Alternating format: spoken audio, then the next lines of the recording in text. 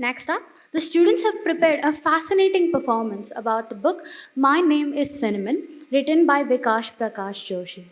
Surrounded by family members who all had the talent for writing, he was exposed to literature from a young age. His writing career started at an early age of 11, and since then, he has won numerous awards and achieved notable distinctions. Cinnamon, the day we went to bring you home was one of the most memorable days of my life. I remember it rained all through the night and the morning after, which felt like a good omen. On the day of your homecoming, we hosted a small get together, but the crowd grew so large that we had to move to a different venue entirely. Cinnamon asked to hear this several times, and each time Baba added extra details. It was like one of those stories that you never got tired of hearing. Cinnamon loved Ma and Baba, but he always wondered who his birth parents were and how they looked. As he grew older, he sometimes stared into the mirror, trying to imagine what his father and mother must have looked like. Did his impressive height, sharp nose, and cheekbones come from his father?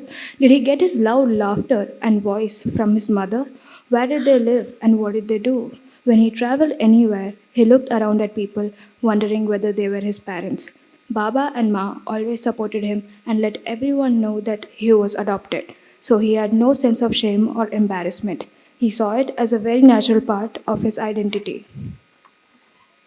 Ma, if my birth mother were to come and ask to take me back, what would you do? We don't know where she is, and she doesn't know where we are either. So that can't happen. Moreover, we love you, Cinnamon, and would never let you go. I wonder how my birth parents look like. They tall like me? We don't know, Cinnamon. How come? We have never met them. Okay, anyways, beta, what do you want for your 14th birthday? Baba, I really want to meet my birth parents on my birthday. Okay, I'll contact the adoption agency and I'll see what I can do. Thank you. Arey, champion? Playing outside, huh? Remember me? Handsome, I must say. My dear Rishikesh, you're quite lucky after all, you know. Lucky? What do you mean by that? Acha, Basundara and Rishikesh, we are having a very small get together at our house on the occasion of our parents' wedding, you know. You must come, dear. One of us will be sure to come. No, both of you should come. And don't forget to bring your adopted son with you. Don't forget him at home. Suchit, would you care to repeat yourself? I said, bring along your adopted son with you. I absolutely do not appreciate your language. He is not my adopted son. He is my son. I don't like anyone in the world talking that about my son, and especially not in my house. Now leave. Now, I believe your family would be waiting for you, considering you have such an important program planned. We wouldn't want to keep you. Suchit Gava Kedar. Insensitive donkey should be called Ghada Vekar. Beta, don't ever let anyone make you feel ashamed of who you are. Be it a child or an adult, even if they're within our own family. Nobody has that right. Nobody. Throw all such people out of your life.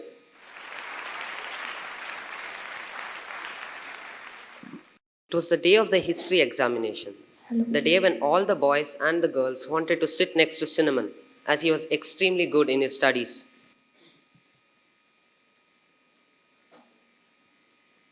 Extra sheet.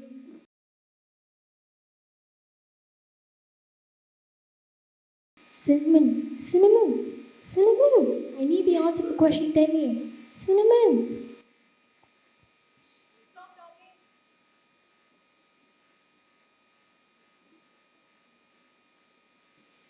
Oi, Sin, happily eating vada pav. I was asking you the questions. Couldn't you answer? Arey Onam, if you speak so softly, how can anyone understand? What? Softly? Softly? I wasn't that soft. It was an exam. You heard me and you still didn't answer. I'm telling you, I didn't hear you, I swear. Here, have this vada pav. Check your hearing, Lambudas. After a lot of hassle, Baba finally finds Cinnamon's birth mother. Her name is Aditi, and she lives in Nandurbar, a small village. Baba and Ma take Cinnamon to Nandurbar for a tearful reunion. I have a question for you. Why did you let him see me? We just wanted him to be happy. Then why do I keep thinking that there's more to the story than what you're revealing? It can't be that effluent people like you travel to this isolated village just because a boy wanted to see his birth mother. He's our son and not any other boy. Are you suggesting that we're lying to you? I didn't mean it that way. I feel like there's more to the story. I have seen certain things that have made me very uncomfortable. What do you mean? What did you see? Tonight, I saw him stumbling around while he was fetching a glass of water, and he did not respond in one go when I called out to him several times asking if he needed any help. Yes, we have also noticed his inability to see properly at night. Also, his hearing is weak too. We have oftentimes found ourselves repeating instructions to him, and so have his teachers at school. Initially, we disregarded this as teenagers tend to be stubborn. However, later on, we consulted one of the best doctors in Delhi. Unfortunately, Cinnamon has a very rare disease, type 3 Usher syndrome. Oh God, what is that? It is a disease in which his hearing and his vision will gradually start decreasing. Thankfully, his condition isn't as severe as we originally thought. The doctors believe that his eyesight will remain well into his 40s. However, his hearing will diminish much more rapidly. Is that why you brought him here? Time wasn't on our side, and we had to give him a chance to hear the voices of his birth parents. After all, for any child, these are the two most beautiful voices in the world. But does he know? We will let him know when the time is right. Usher syndrome is a rare medical condition that involves profound hearing loss from birth and balance issues, making it hard for children to walk or to ride a bike. In some other cases, hearing, vision, and balance issues develop later in life and worsen over time. Sadly, there is no cure for the disease currently, but there is ongoing research into retinal implants and into gene therapies, so that some vision may be restored. Thank you.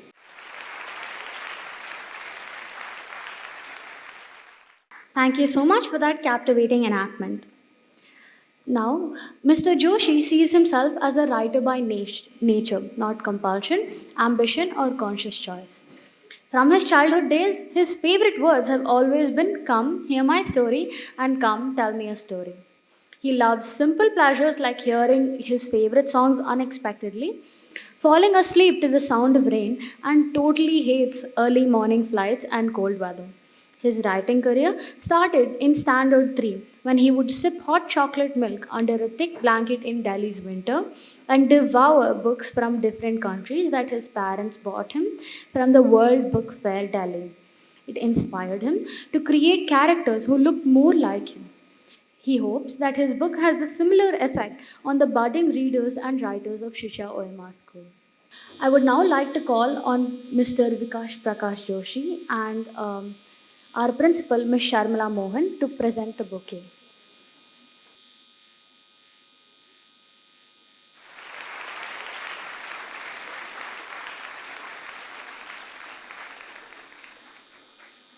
Thank you, ma'am, and thank you, sir. And now I invite Prarthana Balaji on stage for the third moderating session. Good morning, sir, and a warm good morning to the distinguished guests and the audience as well.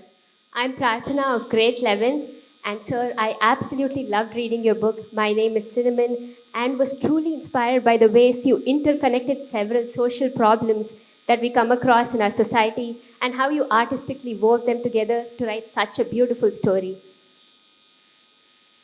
Let's start with the question, sir. What inspired you to write a book based on adoption and the struggles faced by adopted kids?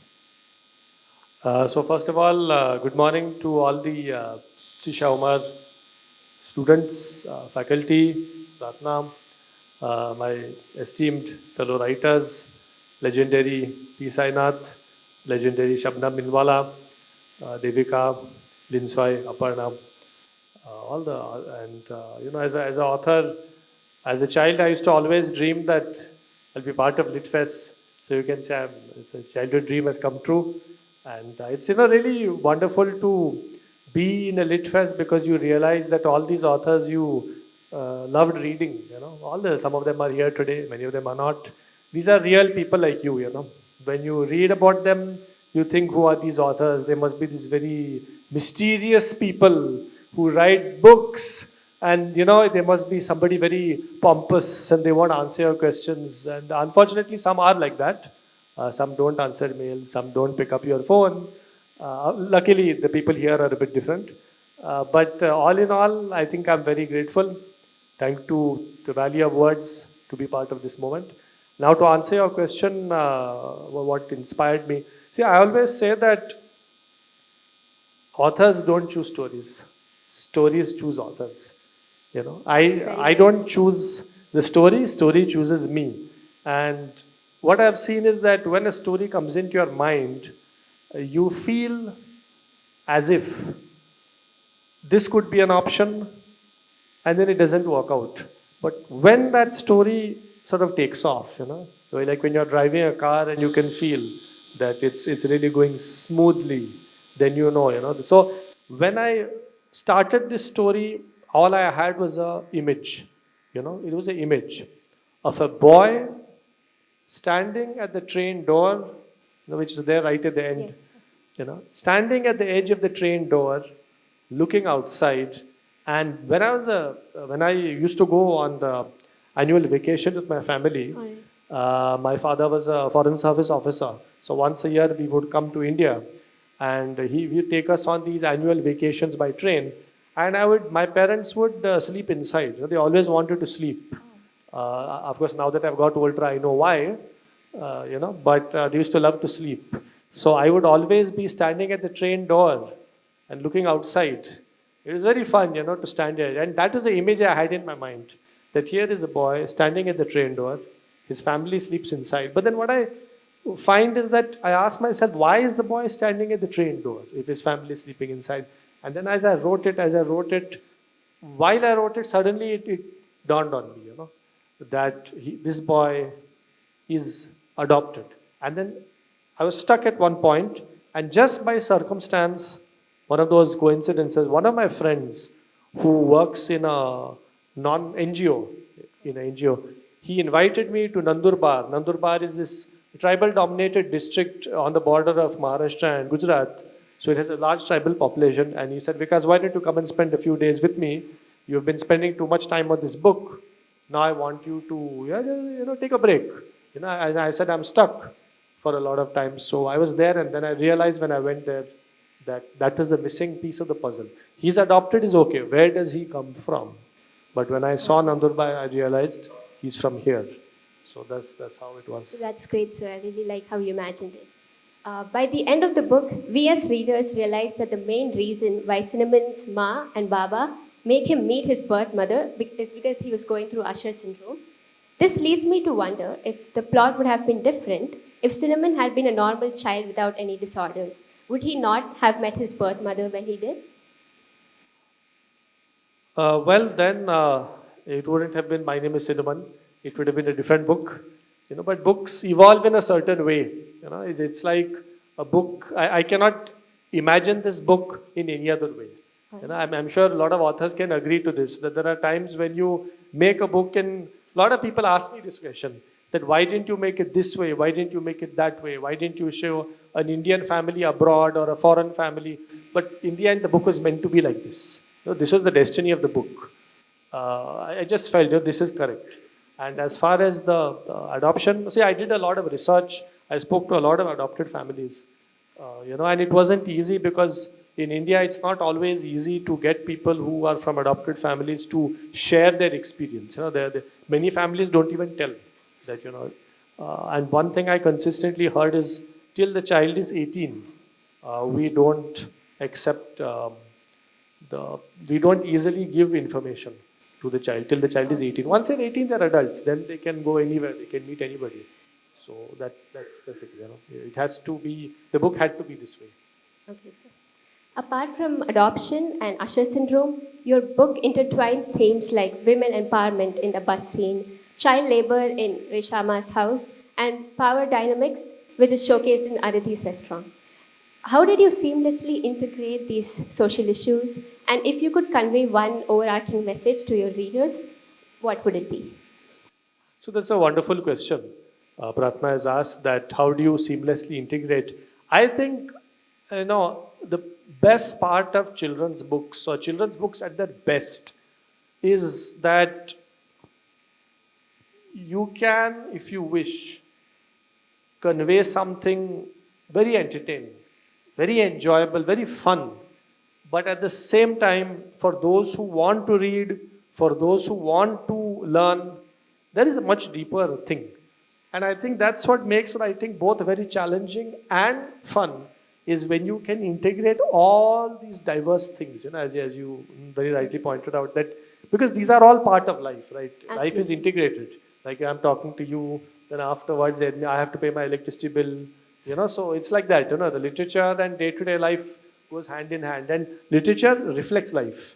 One of the things, like I mentioned it in my profile, is my parents used to buy books for me at this World Book Fair in Delhi.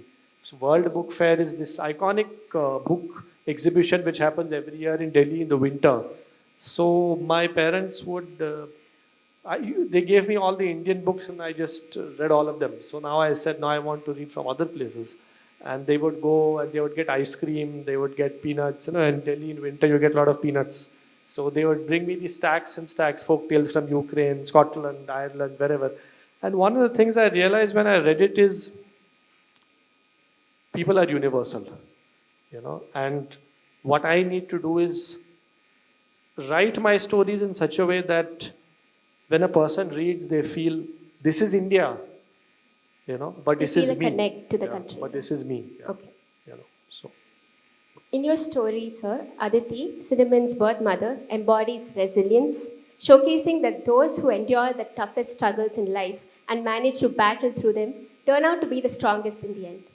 How did you craft her character while weaving her story into the harsh realities of the world? Yeah. Aditi's character actually was I would say the first part of sketching her character or making her character was tough.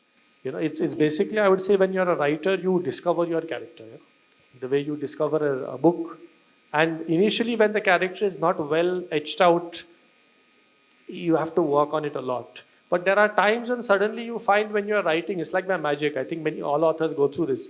You suddenly find that the author there isn't is not you're not telling the right character to say something. The character on her own is like determining the things. From herself, Aditi started saying that I'm a person with dignity. In the initial draft, I've shown her as a person who people take pity on. But it's like she started telling me while I was writing it that I don't want pity. I want respect. I don't want sympathy. I want respect. And I said, okay, well, if that's what the character wants, we have to do it. So, and I think that it's very important that female characters should be strong.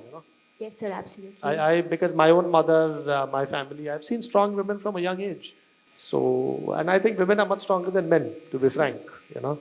I've seen that a lot. People love to say men are strong, women are weak, but from my experience, it's just the opposite. I really like that you added so much of women empowerment in the book, sir. During the course of the narrative, we realized that Cinnamon's birth mother does not place her other two children for adoption. What do you think about the possibility that after learning about Cinnamon, they may feel less fortunate than him? This very thought-provoking question, I must say. I think you can definitely, Shisha OMR, you have some budding journalists. Huh? So as a journalist myself, you can definitely look at journalists. To answer your question, Pratna, yes, it is genuinely an issue that they may feel. And if you notice in the book, that's why she kind of sends the two of them away before he comes. So that is the kind of the irony of the book. In one sense, they're not differently abled, but in the end, they are from a much poorer family. So the book poses that question: who is more fortunate and who is less fortunate? So I would say they probably will feel. It's human nature. If you know that somebody who got adopted is from a more affluent family, they may well feel that. But it's also a good thing because they get to be with their birth mother throughout the time. So, Yeah, so that's the trade-offs. yeah. That's the kind of the irony of life, right? Sir, you have mentioned in your book that you had found it challenging to move the plot past a few pages. So, what then drove you to persevere and finish the story? Yeah. The first book is so, what can I say? It is so challenging. It feels like you're climbing a mountain. And this is just for those people who are, budding authors, because authors generally like to sometimes make things look very easy. But, I stopped writing and this book at least 10 times. 10 times started, stopped, started, stopped, started, stopped. So then I gave it up in between. And later on, then I thought to myself that I just got to finish this. And I started and stopped a lot of times. But what I did is I told myself, even if I write one sentence, I'm going to write the one sentence. That one thing made a big difference for me. So one of the persons who's a senior writer told me, even if you write a para, write the para. Let it be. Only write one para, but write that para. Then bit by bit, and then after about several months, I realized, this is going somewhere. There are times when you write a book and you feel, okay, I have a book. This is a book. So I would say how I really went going is I kept telling myself that no matter how bad the book is, even if nobody reads it, even if nobody buys it, even if people tell me that, your book sucks, your book is really trash, it should be read, whatever. But it's a book. If I don't write it, if I don't finish it, it'll always be there in the Microsoft Word file. That's it. And when this is an amusing episode, so I wanted to be part of a lit fest. Yeah. And I wrote to them and I said, I am so and so and this. And the person is like, yeah, that's great, Vikas ji. Kitab ka kya status hai? As in, what is the status of the book? And I said, well, I'm almost done. So he starts laughing and he says, yeah, everybody is almost done with their first book. Everybody. So I said, yeah, but it's almost done. He says, I want to see the book. We don't entertain almost done. If we had to entertain everybody who's almost done, we'd be entertaining, maybe 10,000 applications. So he says, you finish it, publish it, then we'll see. Till then, don't email me, don't phone. So I grasped that, okay, you better finish this book. I think that's a great lesson for all of us, sir, because some of the greatest authors we have in today's world have had their problems. They've been rejected by many publishers, including J.K. Rowling. Now her books, they've sold like millions of copies, but in the beginning, she had her own struggles. So this is a good start. I think it's very inspiring for all of us. Why did you choose to tell a story based on adoption from a child's perspective, and how did you ensure that Cinnamon's voice felt authentic? Adoption, it all. I was much taller actually than my parents. I'm about 6'1", and my mom is about 5'1", and my dad is about 5'6" or 7". And one day, the kids, we were just playing football, and one of the kids said to me that you look a lot different from your parents. It's a fact, and you are so much taller than them. What's the reason? So then one of them said that maybe you're not really their son.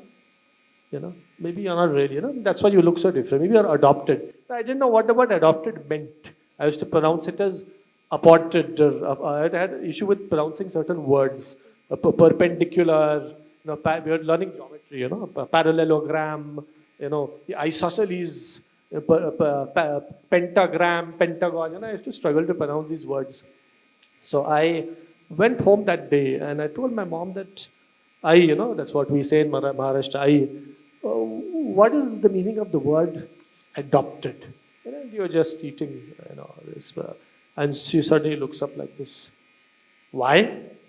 And I said, somebody said that maybe I'm adopted. So does that mean like I'm special in some way? And she's like, sorry to break it to you, but you are definitely not adopted. And I said, but how do you know? So surely. And she said, yeah, I certainly know you're not adopted. And then she said, wait till your father comes home in the evening. I think we are going to have a talk about this. So in the evening, we all sat together, and my mom and dad both were a big believer that you can't tell a child everything, but you shouldn't tell a child nothing either. That is, they were big believers that, okay, you can't explain everything, but at least explain the basics. It's very important for a child not to feel that, there's no explanation, this is how it is, because a child has a natural curiosity. When you shut it down, or when you say that, okay, this is how it is, that curiosity gets killed. So my father explained that adopted are those kids who, as we know, you are born to a different family, but then maybe because of economic reasons, you get adopted by a different family or for social reasons. So I said that, okay, so I'm not adopted. Are you sure? I was like asking my dad, and he said, yeah, we are all very sure. Everybody is very sure, and you don't need to. If you're feeling special, well, you don't need to. So, this is how that thing was there in my mind always, that what if I actually was adopted? Suddenly it struck me. That was just a joke. Everybody knew that. But what if I was? And then when I read about adoption in Indian context, what I realized is, in India, we have two kinds of views on adoption. One is what is called historical view. Krishna, Arjun. We have these stories. Oh, Krishna. Oh, the Arjun. These mythological stories. But when it comes to modern day adoption, it's a very different thing. In the sense that a lot of adopted families traditionally had a lot of shame. They had kind of embarrassment in the sense that they wouldn't tell people that my son or daughter is adopted. Unless you know them. And then one day I realized that in my own family, a girl came up to me, and my own cousin, and said that, because I don't think you know, but I'm adopted. Yeah, I didn't know. We had no clue because we are not so close to them. And I said, I didn't know. She said, well, now you know. So that these two incidents, they So really, I think that's what made you write those scenes in the book, like about Cinnamon questioning his yeah, identity. yeah. I have first book is always you mine your own life. Yeah. So did you have to conduct any research about adoption or child psychology while writing this book? And if so, what did you learn that shaped the story? Um, the first thing what I tried to do is try to go deep into myself and put myself in a child's shoes and ask myself that if I were a child at that age, how would I feel? Psychologically, I try to tell myself, I try to imagine that I'm sitting here, and I'm this child, and this notebook is in front of me. I'm having, say, a cup of chocolate milk, to love chocolate milk. And how does that child think, or how does that child feel? It's like you have to visually kind of put yourself in that. And then once you get that idea, then I started reading articles about adopted kids. I started meeting child psychologists. I started meeting psychologists who counsel children. I started reading books about adoption in India. So combining both imagination and the research. Because if it's only imagination, you can end up saying things not true. But if it's only research, what happens is it becomes very textbookish. Because kids don't want to read a textbook. I think Shisha OMR students, I think your exams are over. Exams are over or not Yes. over? Exams are over, right? Great. So, now you are putting aside your textbooks for the time being. You can see some smiling faces also. But kids don't want to read textbook.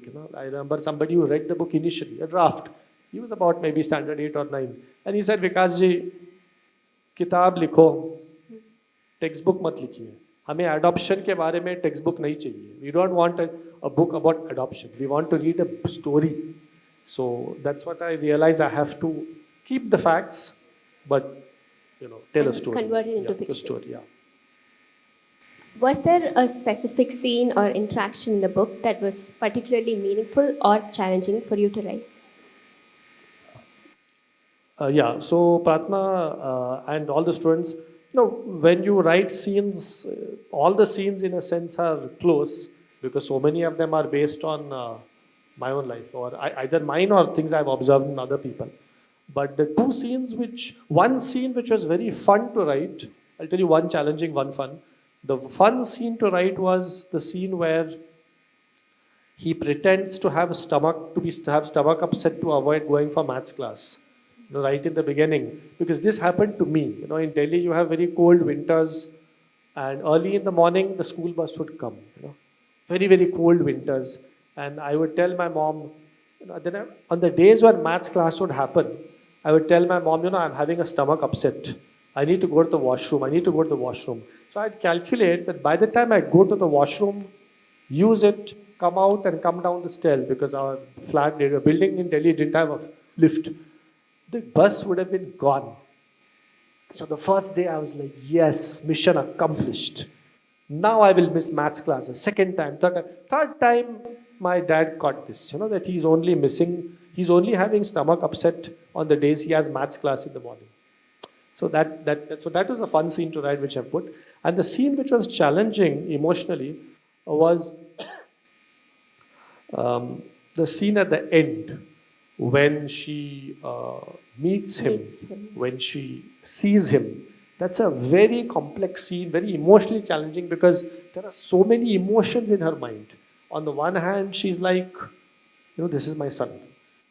On the other hand, she's like, does he still love me? Does he know me even? On the one hand, she's like, I'm from this poor family. On the other hand, there is a maternal instinct, right? Even if so many years have passed by, there is a deep connection between a mother and son, right? Sometimes you're thinking something and your mother will ask you that, are you having any problem? And how does she know that? So that scene emotionally was very challenging to write. All right. Thank you so much, sir, for enlightening us with your wise words. This was truly a very great interaction. Welcome. Thank you. It was a pleasure to be here. Thank you, sir, and thank you, Prarthana. The floor is now open to the audience for asking questions. Good morning, sir. My name Morning. is Idja and I'm from AC. I wanted to ask if we as readers could look forward to any new projects or stories you're working on.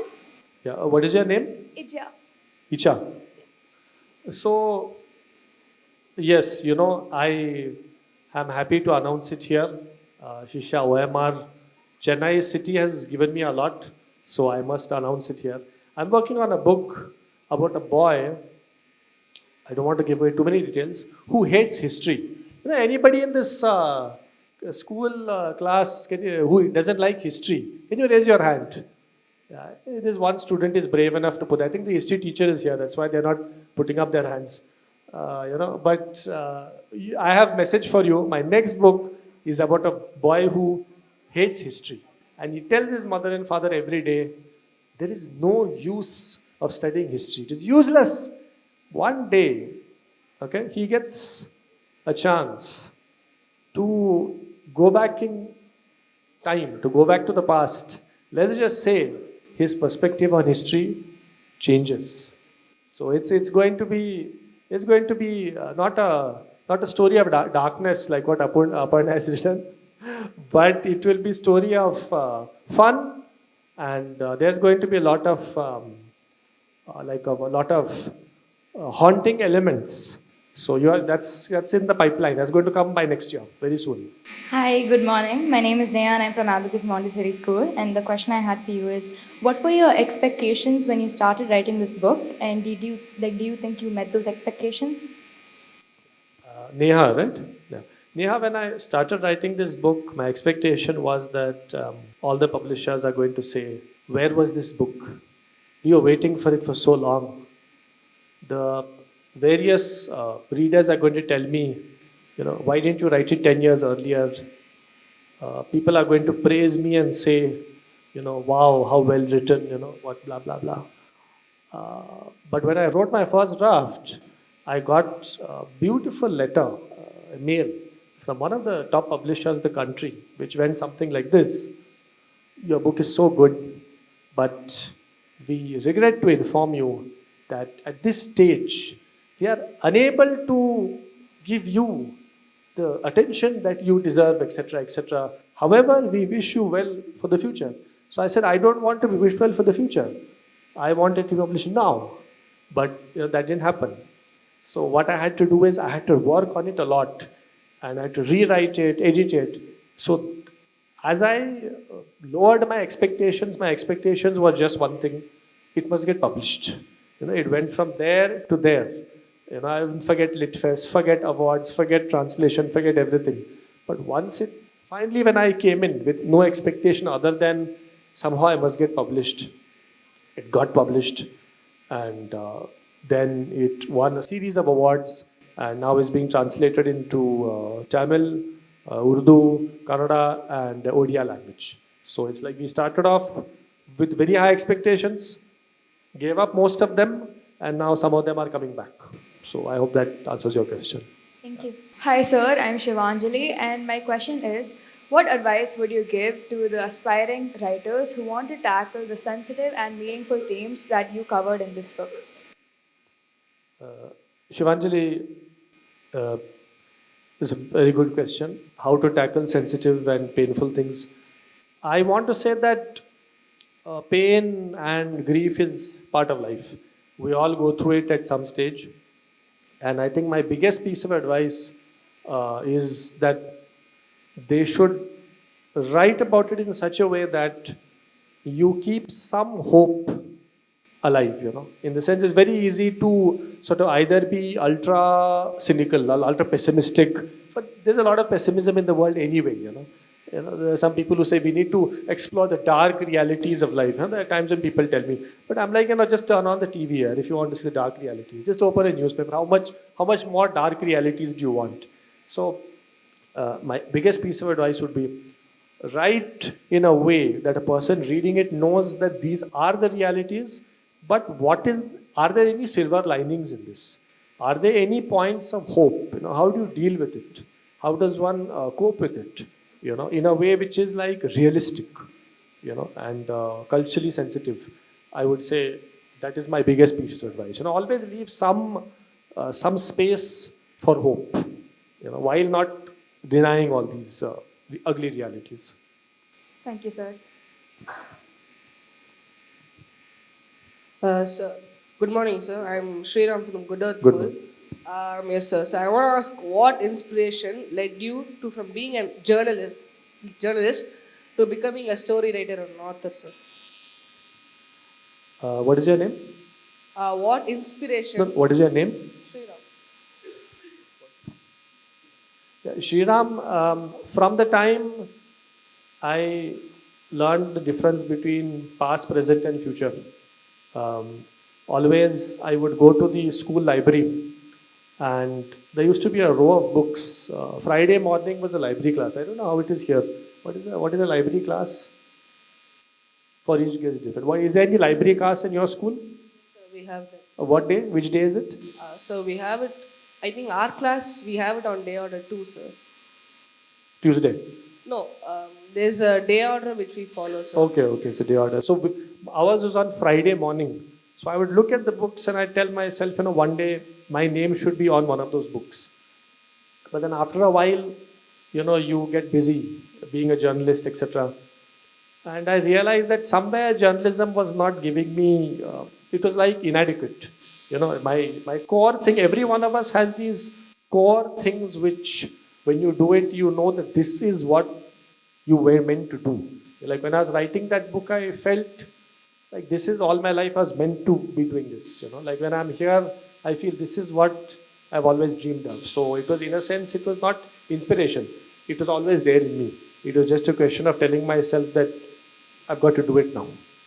Enough waiting. Otherwise, I was always waiting for the right time. My friends would sometimes ask me that you keep saying you're writing a book. How many years will go by? You're going to be dead and still writing? So then he said there's no right time whenever you start. And there's one message I want to tell people. We always keep waiting for the right time to do this, the right time to do that. I'm waiting for the right moment. But you should just start. Whenever you start is the right time. So that's my message. Thank you, sir. Good morning, sir. My name is Joanna from 8C. So I would like to ask, what role do books like your book play in normalizing adoption and other non-traditional family structures in our Indian society? I think books are this book or any other book is about showing people that this is this exists in society. What is the purpose of literature? I would say it is to not just describe what is there, but also to show what can be there. Both those two. And literature is all about creating possibilities. When growing up, like I didn't know that something called a writer exists. I just used to assume that books must be produced in some faraway place. But when I read books, I realized there are people like me. So when this book or be it other books on adoption, there are many books there are books by Nandini Nair, there are many others. And all these books have showed people that adoption is normal. That's the key message I wanted to say in this book. It's not something to feel embarrassed about, not something to feel ashamed about, is, oh, I'm adopted, I'm something very bad, at the same time something very good. It's just a part of life. So literature, this book is basically all about showing people that adopted kids are kids like you and me and all the people. Thank you, sir. Good morning, sir. So, my name is Myra, and my question is that your story itself it deals with more serious problems such as adoption and even some social problems prevalent in India. But your title itself is "My Name is Cinnamon." It gives a more whimsical look to the story, and it's a bit misleading. So, my question is, why is your title "My Name is Cinnamon"? Yeah, cinnamon. This is a very interesting story. Cinnamon was my favorite flavor. This cinnamon bun, cinnamon roll, cinnamon paste. Anybody in this room who loves cinnamon flavor, please raise your hand. Yes, right here. All cinnamon fans. So now you have to buy the book, by the way. And cinnamon I couldn't pronounce properly. So cinnamon, cinnamon. So I used to struggle. So my teacher finally said, write cinnamon 10 times. Cinnamon. I could write it perfectly, but cinnamon. I used to pronounce it cinnamon. Cinnamon. So when I wrote it, I presented various titles to my publisher.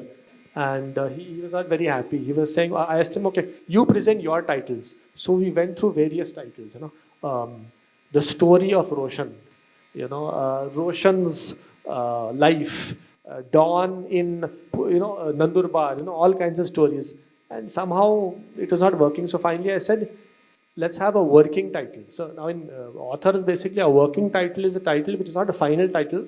It's a title which you use just temporarily, so that later on you can change it. And I said, okay, my name is Cinnamon.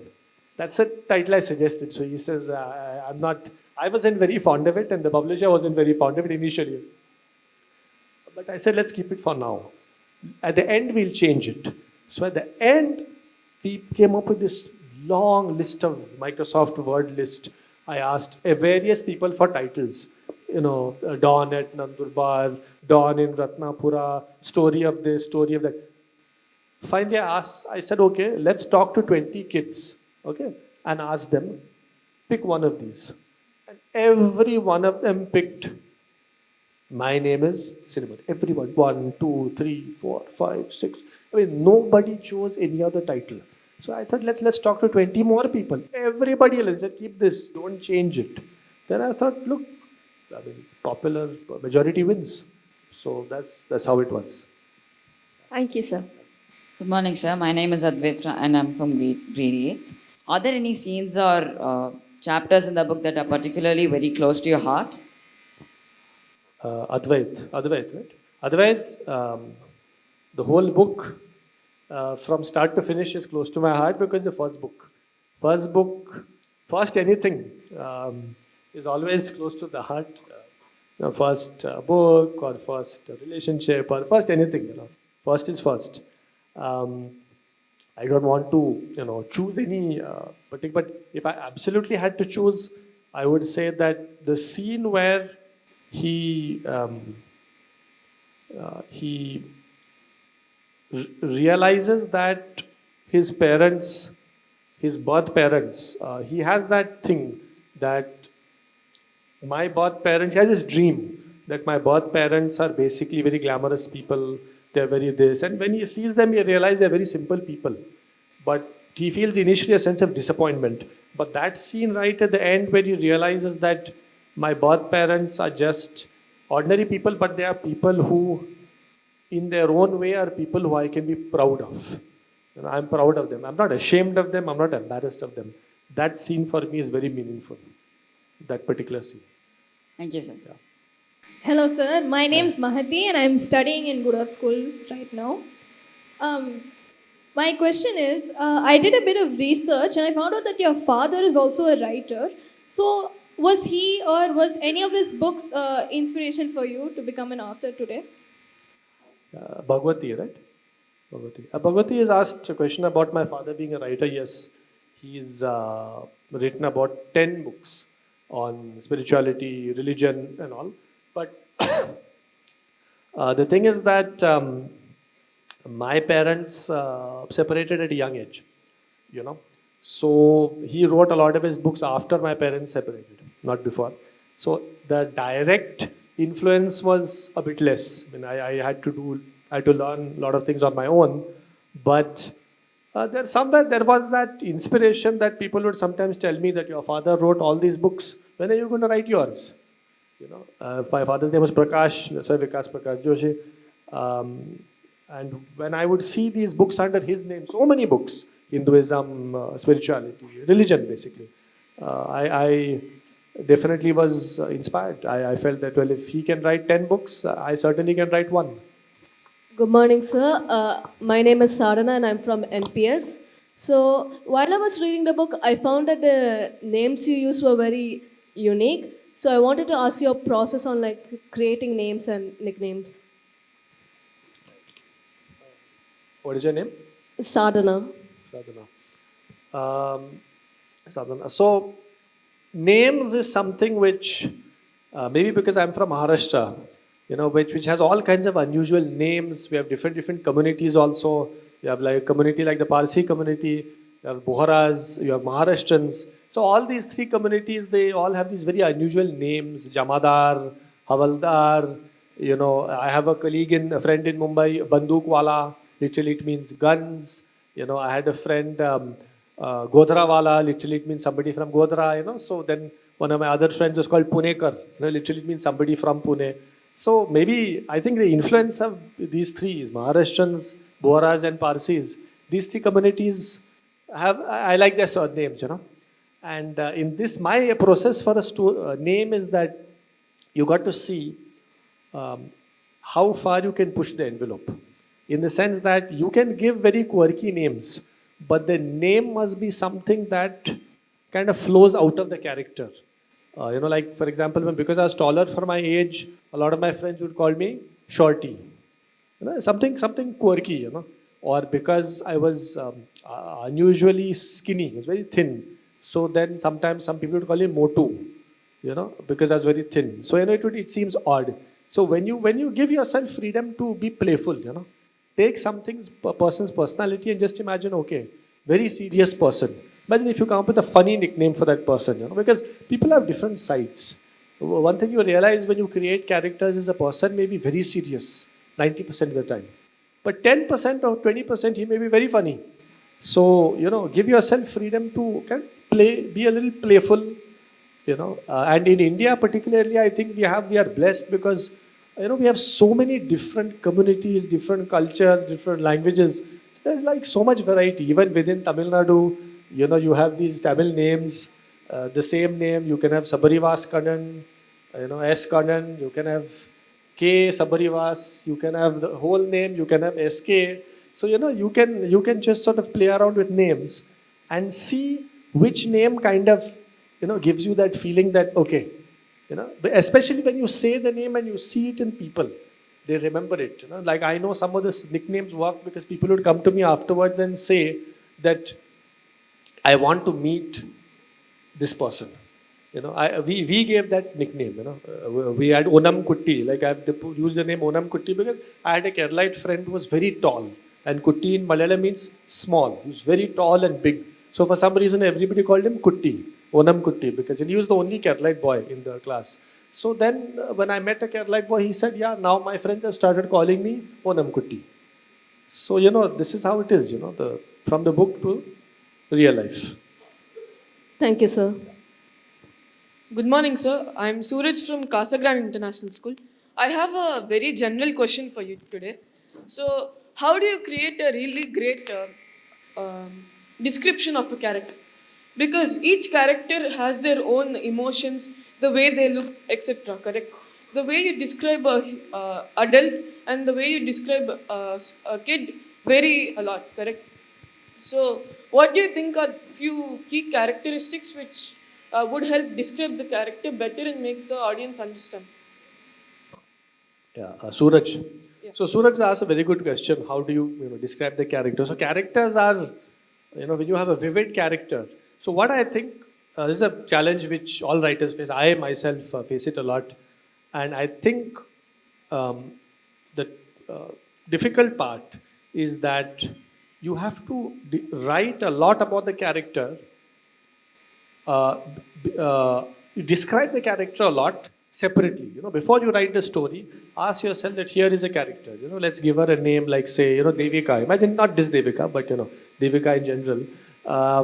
And imagine if she is a person who is from this place. Imagine if that. Now you don't need to put all those elements in the story. You don't need to say so and so from Chennai, etc. But what would a person, that kind flavor of ice cream, like Suraj, for example, what flavor of ice cream does he like? Okay, you make a note of it. How tall is he? You make a note of it. What sort of clothes does he like to wear? You make a note of it. Is he more introverted or more extroverted? The more and more you write these details on a page, suddenly a character will start coming into your mind. That, say, Pratna, not this Pratna, but, some particular person, how are they? The more and more and more you get to know that character, like any friend, it's like a friend, right? Imagine when you met your best friend for the first time, or you met your best friend for the first time. Initially, you don't know much about that person. But as you get to know, you realize how many of the perceptions you had about that person may have been wrong. You may have thought they're very serious, but actually they're very fun-loving. So I think write as many details you can separately. You don't need to start off with the story immediately. You can write it on a separate piece of paper. Write as much as you want. At that time, don't be worried about what is relevant and what is not. Just write everything that you can. When you start writing, you will suddenly realize that, okay, I know this person. And if the character is vivid enough, that person, that character will start telling you, this is what this is what I want to do, this is where I want to go. But for that, is very difficult. I face this challenge a lot. You have to be willing to accept that you may write X number of words, but in the end story, all of those words won't be retained. You can't keep everything you write. You have to discover. To write, say, 2,000 words, you may have to write 4,000. Then 2,000 you give up. So it's like that. You have to accept that. Thank you so much, sir. Thank you. I'd now like to welcome on stage Dr. Pradeep Chakravarti to present the memento to Mr. Vikas Joshi.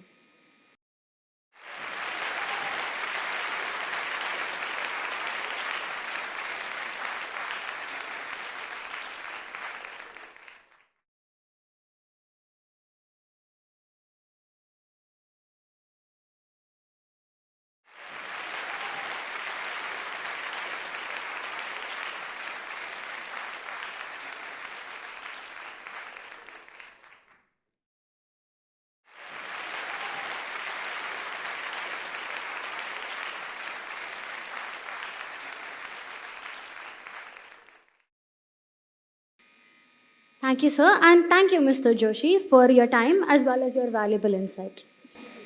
Thank you for those intriguing discussions, authors, during which I'm sure many of us have obtained great insight and interest in the books presented.